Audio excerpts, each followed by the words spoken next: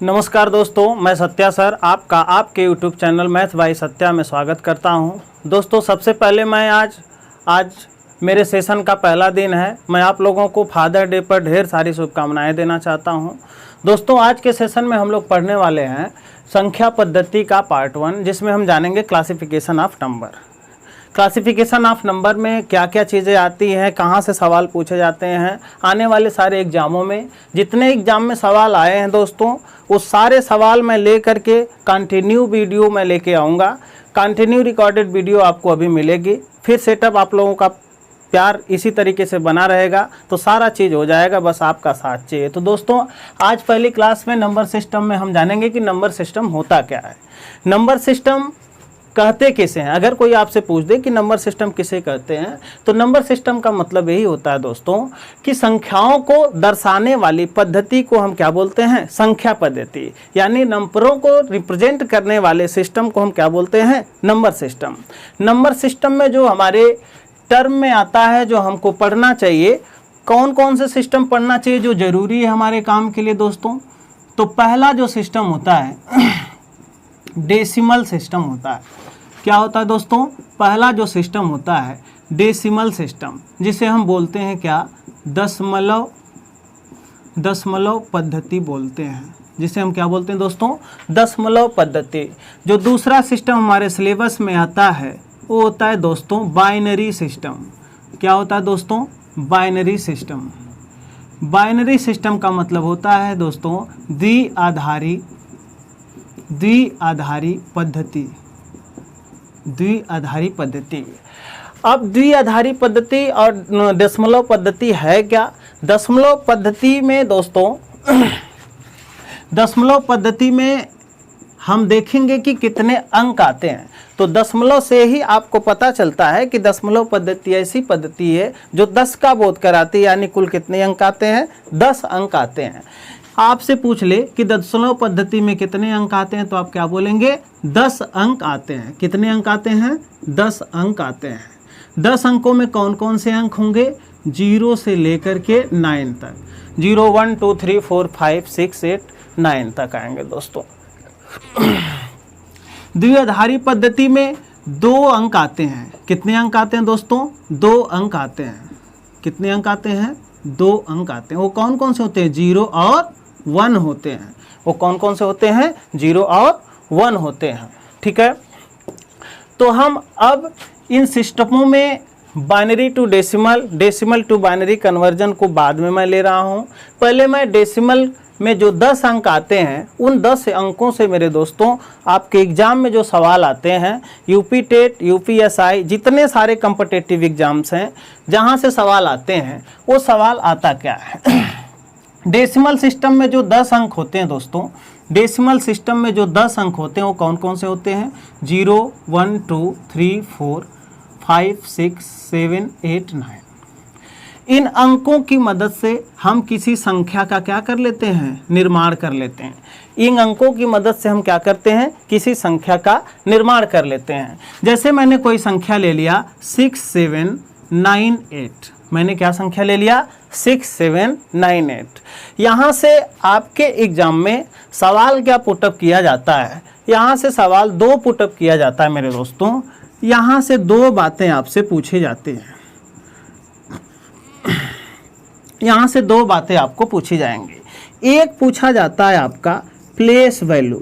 क्या पूछा जाता है आपका, एक पूछा जाता है प्लेस वैल्यू।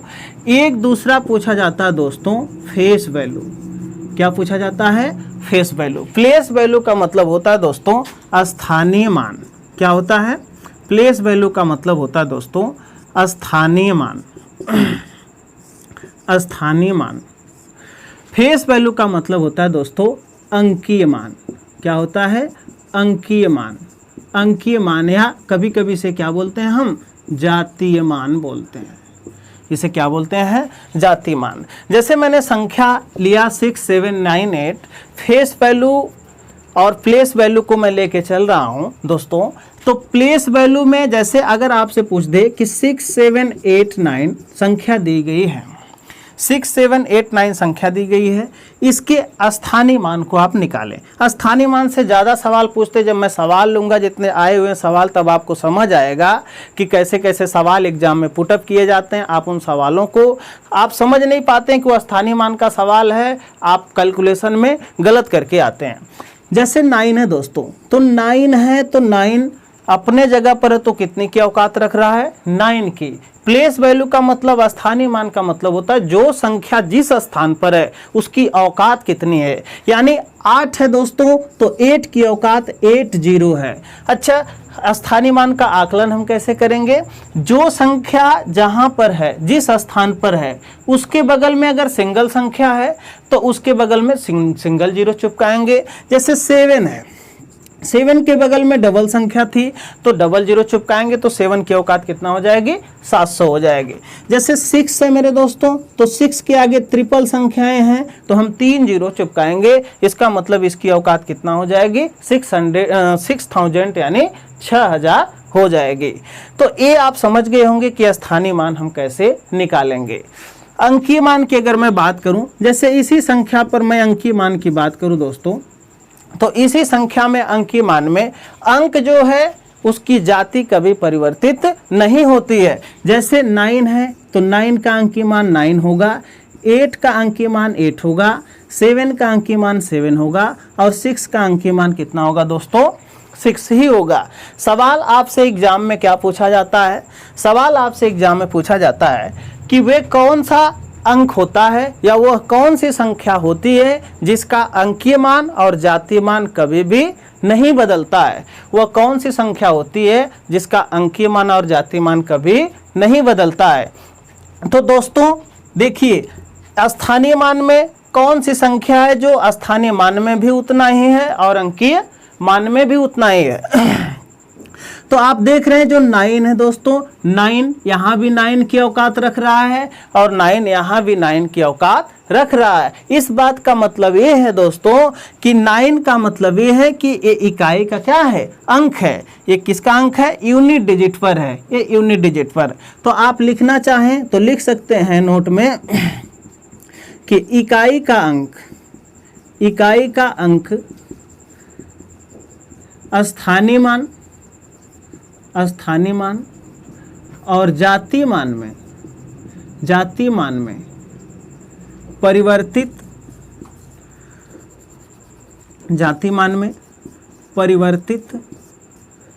नहीं होता है। परिवर्तित नहीं होता है का मतलब है दोस्तों कि स्थानीय मान और जातीय मान में जो इकाई का अंक है वो कभी भी बदलता नहीं है, जितना रहेगा उतना ही रहता है। ठीक है, तो मुझे उम्मीद है कि आपको समझ आ गया होगा कि आप स्थानीय मान कैसे निकालेंगे और अंकीय मान। रिकॉर्डेड वीडियो दोस्तों अगर समझ में आपको नहीं आता है तो आप बैक करके जा करके उसको देख सकते हैं। चलिए इसके आगे हम लोग बढ़ते हैं।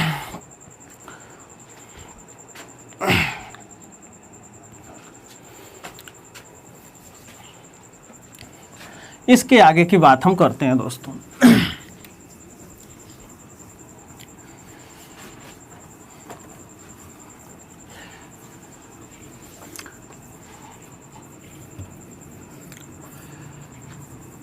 आप पूरा मैथ को मैं एकदम पूरा बेसिक से लेके जा रहा हूं, एकदम जीरो लेवल से लेके जा रहा हूं। मैं मान के चल रहा हूं कि टॉपिक का एकदम बेस बना के मैं हाई लेवल पर लेके जाऊंगा। मैं कुछ भी कमी नहीं छोड़ूंगा दोस्तों अपने क्लास में, बस आप मेरे साथ बने रहिए। अब हम बात करते हैं दोस्तों क्लासिफिकेशन ऑफ नंबर की। क्लासिफिकेशन ऑफ नंबर की मैं बात करता हूँ। क्लासिफिकेशन ऑफ नंबर का मतलब हिंदी वाले देख लें मेरे साथी, इसका मतलब होता है दोस्तों संख्याओं का वर्गीकरण। क्या होता है दोस्तों? संख्याओं का वर्गीकरण। संख्याओं के वर्गीकरण में कौन कौन सी संख्याएं आती हैं, उनका क्या रोल एग्जाम के पॉइंट ऑफ व्यू से होता है, वो सारी बातों को मैं लेके आगे चलूंगा। तो संख्याओं के वर्गीकरण में दोस्तों पहली जो संख्या आती है पहली जो संख्या आती है उसका नाम क्या है? Complex number. उसे क्या बोलते हैं दोस्तों? Complex number. कॉम्प्लेक्स नंबर का मतलब होता है दोस्तों सम्मिश्र संख्याएं। इसका मतलब क्या होता है दोस्तों? सम्मिश्र संख्याएं। सम्मिश्र संख्या का मतलब है कि इसमें सारी संख्याएं आ जाएंगी दोस्तों, चर अचर राशि, डिजिट वाली सारी राशि सब कुछ आ जाएंगी। इसी को क्या बोलते हैं हम? सम्मिश्र संख्या। जैसे a plus minus b to B, इस तरीके से हम समझ ले कि अल्फ़ाबेट में भी आ जाएगी, न्यूमेरिकल वैल्यू भी आएगी, अल्फ़ाबेट वाली वैल्यू, मतलब दुनिया की सारी संख्याएं जितनी भी हैं वो सम्मिश्र संख्या में आ जाएंगी। या तो हम लिखना चाहें तो इसको हम लिख सकते हैं माइनस इनफाइनाइट से लेकर के इनफाइनाइट तक, ये सारी संख्याएं किस में आ जाएंगी?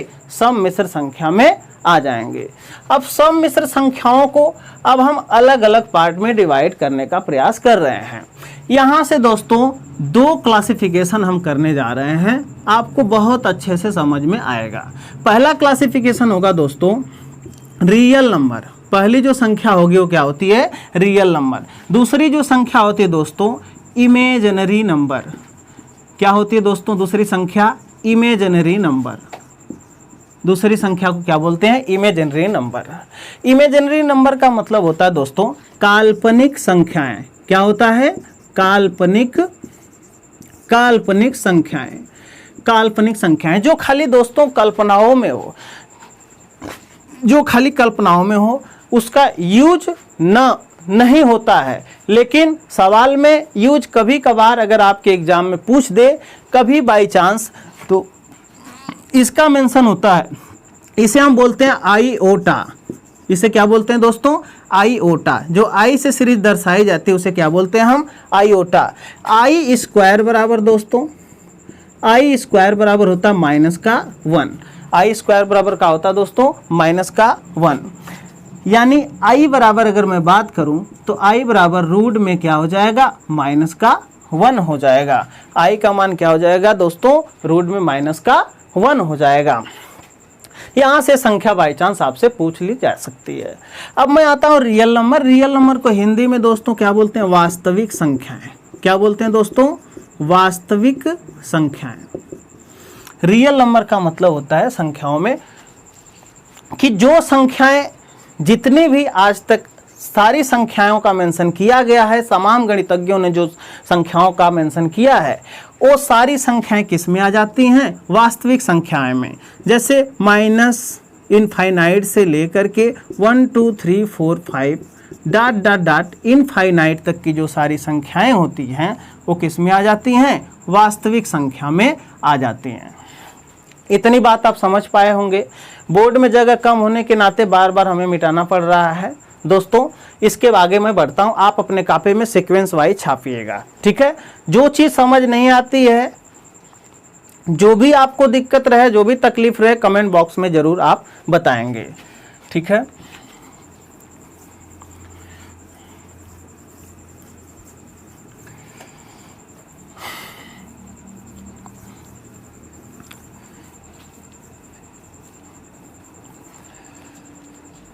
अब रियल नंबर में दोस्तों, अब रियल नंबर में दो टर्म आते हैं।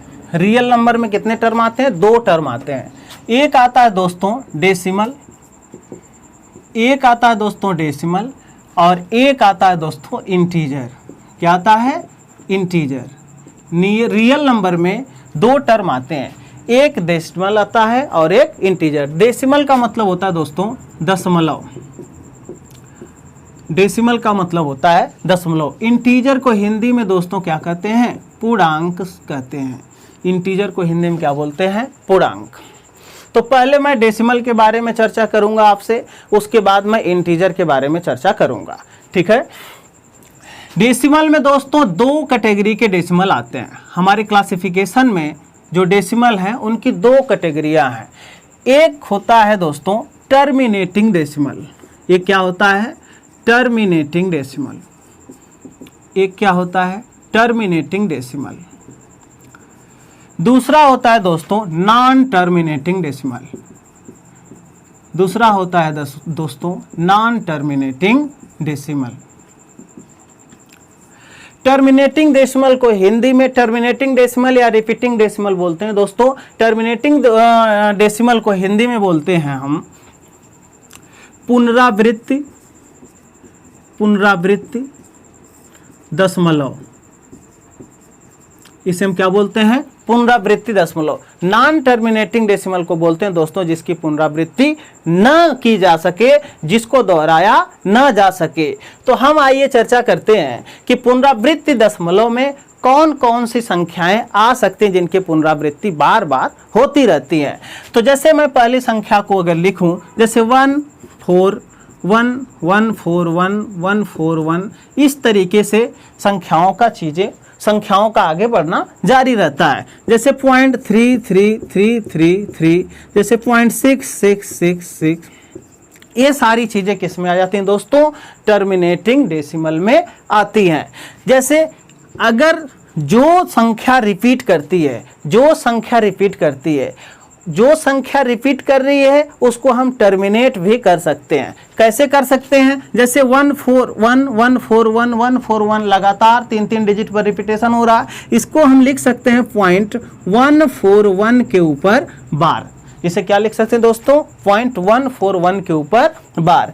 दूसरी जो संख्या मैंने लिखा है 0.33333, इसे हम लिख सकते हैं 0.3 के ऊपर बार। इसको हम क्या लिख सकते हैं दोस्तों? 0.6 के ऊपर बार। दोस्तों जो बार ब्रैकेट का मतलब होता है, ब्रैकेट 4 प्रकार के होते हैं। एक बार ब्रैकेट होता है, एक सबसे स्मॉल ब्रैकेट होता है, छोटा ब्रैकेट, मझला ब्रैकेट और बड़ा ब्रैकेट। जब भी आप सिंप्लीफिकेशन में यूज करेंगे तो सर्वप्रथम आपको बार ब्रैकेट को तोड़ना होता है। बार ब्रैकेट का मतलब होता है दोस्तों, बार ब्रैकेट की जो साइन होती है दोस्तों वो बाई 9 हो जाती है। जैसे इसको अगर मुझे लिखना होगा तो मैं क्या लिखूंगा? 3/9, जिसका मतलब यही आंसर आने वाला है, जिसका मतलब क्या आएगा? 0.333 आएगा। इसको अगर मुझे लिखना होगा दोस्तों तो 6 क्या लिख सकता हूं मैं? 9। जब आप इसको 6 में 9 से भाग लगाएंगे तो आप लास्ट में देखेंगे कि 0.66666 आने वाला है। जैसे एक बार मैं बता देता हूं, जैसे 3 से आप डिवाइड करेंगे ऊपर नीचे तो 3 दूना 6 और 3 3 कितना हो जाएगा? 9। ठीक है, जब 2 में आप 3 से भाग लगाएंगे तो आप देख रहे हैं कि वही चीज रिपीट होकर के चली आएगी। इसीलिए बोला जाता है कि बार ब्रैकेट का मतलब होता है जो बार होता है उसकी जो औकात होती है डिवाइड बाय कितना हो जाती है? 9 हो जाती है। इतनी बात आप समझ पाए? तो आपने ये समझा कि पुनरावृत्ति दशमलव भिन्नें जो होती हैं उसे हम टर्मिनेट कर सकते हैं, उसे हम ब्रेकअप कर सकते हैं। और एक चीज आपने ये भी देखा होगा कि जो ये रिपीटिंग डेसिमल है, जो रिपीटिंग डेसिमल वाली संख्याएं हैं, एक चीज आप ये भी आकलन करिए कि जो रिपीटिंग डेसिमल वाली संख्याएं मेरे दोस्तों, उसे हम बटा के रूप में लिख सकते हैं। उसे हम किसके रूप में लिख सकते हैं? बटा के रूप में लिख सकते हैं। तो आपने सुना होगा दोस्तों, एक होता है क्या? Rational number. ये क्या होता है? Rational number. आपने संख्या का नाम सुना होगा, ये होता है रेशनल नंबर। रेशनल नंबर को क्या बोलते हैं हम? परिमेय संख्या। क्या बोलते हैं दोस्तों? परिमेय संख्या बोलते हैं। ठीक है, परिमेय संख्या की डेफिनेशन यही होती है, वह संख्या जिसे हम p/q के रूप में व्यक्त कर सकें, जहां पर q नॉट इक्वल क्या होना चाहिए? 0 होना चाहिए। परिमेय संख्या की डेफिनेशन अगर कोई आपसे पूछ ले कि परिमेय संख्या किसे कहते हैं, तो आप बोल सकते हैं कि वह संख्या जिसे हम p/q के फॉर्म में लिख सकते हैं, p/q के फॉर्म में लिख सकते हैं। वह संख्या जिसे हम p/q के फॉर्म में लिख सकते हैं, जहां q नॉट इक्वल क्या होना चाहिए? 0 होना चाहिए। जहां q नॉट इक्वल 0 होना चाहिए। q नॉट इक्वल 0 इसलिए होता है, नहीं होना चाहिए दोस्तों, क्योंकि किसी भी संख्या में 0 से भाग लगाने के बाद उसका मान इनफाइनाइट आ जाता है। 0 में किसी संख्या से भाग लगाने पर उसकी औकात क्या होती है? 0 होती है। जैसे मैं एग्जाम्पल के माध्यम से मैं आपको समझा दे रहा हूं, यहाँ जगह कम है तो मैं यहाँ लिख रहा हूँ। जैसे मुझे यहीं पर मैं दर्शा रहा हूँ आपको, जैसे मुझे लिखना है, जैसे मुझे 4 में 0 से भाग लगाना है। तो आप देख रहे होंगे कि 4 में मैं 0 से भाग लगाऊंगा तो कौन सी संख्या है जो 4 को पूरा पूरा काटेगी। तो आपकी जो संख्या होगी दोस्तों वो बहुत बड़ी संख्या हो सकती है, बहुत लंबी संख्या होती है, इसीलिए इसको क्या बोलते हैं हम, इनफाइनाइट बोलते हैं। लेकिन दोस्तों अगर 0 में मैं 4 से भाग लगाऊं, 0 में मैं 4 से भाग लगाऊं तो इसकी औकात क्या हो जाती है, 0 हो जाती है। जैसे 4 गुणे 0 करेंगे तो क्या मिल जाएगा, 0। तो इसी प्रकार 0 में ऐसी संख्या का मुझे गुणा करना होगा, जिसी संख्या का गुणा करना होगा कि 4 दे दे तो बहुत लंबी संख्या हो सकती है या नहीं हो सकती है। इसीलिए हम बोलते हैं कि इसका मान क्या हो जाएगा, इनफाइनाइट हो जाता है।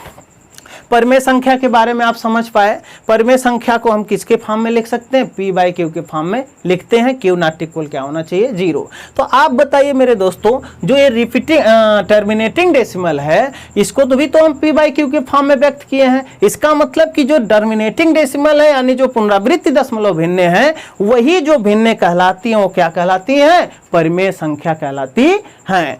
तो इसे हम क्या बोल सकते हैं, परमेय संख्या बोल सकते हैं। अब आपसे एग्जाम में सवाल पूछ सकता है कि कौन परमेय संख्या है, कौन परमेय संख्या नहीं है। तो एग्जाम्पल के तौर पर दोस्तों, आप एग्जाम्पल के तौर पर कुछ एग्जाम्पल लिख लीजिए। आप अपने कॉपी में सीक्वेंस वाइज लिखिएगा। बोर्ड है, लिखने में थोड़ी असुविधा हो रही होगी तो उसको आप मैनेज करिएगा, धीरे धीरे सारी चीज़ें सुधार हो जाएगी। नई कोई चीज़ है, प्लेटफॉर्म नया है अभी, तो पहला दिन भी है, आप समझ रहे होंगे, तो अपने हिसाब से थोड़ा सा मैनेज करने का प्रयास करेंगे। बाकी मैं कोई कमी नहीं छोड़ूंगा, जितना भगवान ने मुझे नॉलेज दिया है मैं सब कुछ आपके लिए समर्पित कर दूंगा। जैसे मैं इसमें अगर एग्जाम्पल के तौर पर डालूं तो 3/9 भी आ जाएगा, 5/7 भी आ सकता है, 11/13 भी आ सकता है, 6 भी आ सकता है, 8 भी आ सकता है, और जो मोस्ट इंपॉर्टेंट है दोस्तों, जो बार बार एग्जाम में पूछता है, 22/7 या पाई, 22/7। इसको आप अपने कॉपी में नोट डाउन जरूर करिएगा, इसे अपने कॉपी में नोट डाउन जरूर करिएगा। जो 22/7 है यही एग्जाम में आपसे पूछता है। एक किसमें आ जाएगा, परमेय संख्या में आ जाएगा। आदि आपसे पूछ ले, यदि आपसे पूछ ले, दोस्तों इसको मिटा रहा हूं, इसका जो पार्ट बचा हुआ मैं इसको यहां पर लेके जा रहा हूं, ठीक है, इसको यहाँ पर लेके जा रहा हूँ, अपने कॉपी में आप मैनेज कर लीजिएगा। फिर नॉन टर्मिनेटिंग डेसिमल पर मैं आता हूँ, स्पेस कम होने की वजह से मैं वहाँ पर बढ़ रहा हूँ। इसमें 22/7 है और ये सारे एग्जाम्पल मैंने दे दिया है आपको, मुझे उम्मीद है कि समझ में आ गया होगा। दोस्तों आपसे यदि पूछ ले, अगर आपसे क्वेश्चन कोई पूछ ले कि a और b संख्या, a और b के बीच, a और b के बीच परमेय संख्या बताएं, क्या बताएं, परमेय संख्या बताएं, a और b के बीच परमेय संख्या बताएं। तो दोस्तों a और b के बीच में जो परमेय संख्या होगी, a और b के बीच में जो परमेय संख्या होगी, उसका जो फार्मूला होता है दोस्तों, उसका जो फार्मूला होता है, उसका जो फार्मूला होता है वो होता है a + b/2। उसका जो फार्मूला होता है a + b/ क्या होता है दोस्तों, 2 होता है। जैसे आप लोगों ने यही जाना है दोस्तों, फार्मूला जो होता है इसका, जो इसका फार्मूला होता है a + b/2, आप पढ़ते आए होंगे। ए संख्या केवल एक परमेय संख्या निकालने का फार्मूला है दोस्तों। यदि आपसे कभी कभी सवाल पूछ लेता है, सवाल आपसे इस तरीके से पूछता है कि 2 या 4 और 5 के बीच, क्वेश्चन इस तरीके से आपसे पुटअप कर देगा, 4 और 5 के बीच 2 बताएं। तो आप तो इस वाले फार्मूला से केवल एक संख्या को निकाल पाएंगे, डबल संख्याएं आप नहीं निकाल पाएंगे। इसके लिए दोस्तों मैं फार्मूला लिख दे रहा हूं, ax + b x + 1। इसके लिए जो मैं फार्मूला लिख दे रहा हूं, ax + b x + 1, जहां दोस्तों आप लिख लीजिए, जहां x बराबर 1 2 3 4 5 ... कुछ भी आ सकता है। जैसे दोस्तों पूछ ले कि 4 और 5 के बीच 2 परमेय संख्याएं बताएं, तो आप क्या कह सकते हैं, कि x का मान इस समय क्या रखेंगे आप 1 रखेंगे। यदि आप x बराबर 1 रखेंगे तो पहली परिमेय संख्या दोस्तों निकल जाएगी। जैसे पहली परिमेय संख्या क्या हो जाएगी 4 गुणे 1 प्लस में b जहाँ b का मान क्या हो जाएगा 5 और x का मान 1 प्लस 1 तो हो जाएगा दोस्तों 9/2। ये पहली परिमेय संख्या हो जाएगी। अगर सेकेंड परिमेय संख्या की बात करें दोस्तों तो बस x का मान क्या रख देना, आपको 2 रख देना है, वो दूसरी परिमेय संख्या निकल के सामने आ जाती है। जैसे अगर x का मान 2 रखेंगे तो आप हो जाएगा क्या दोस्तों 4 × 2 + 5/2 + 1। तो आप देख रहे हैं कि 4 2 जा कितना हो जाएगा 4 दूना 8 + 5 बराबर 13/3 हो जाएगा। तो ये कौन सी संख्या आ जाएगी दोस्तों, ये दूसरी परिमेय संख्या निकल के आ जाएगी। मुझे उम्मीद है कि आप समझ गए होंगे कि परिमेय संख्या कैसे निकाली जाएगी। परिमेय संख्या निकालने के दोस्तों ये तरीके हैं, फार्मूला आप अपने कॉपी में नोट कर लीजिएगा। ठीक है, तो इस वाले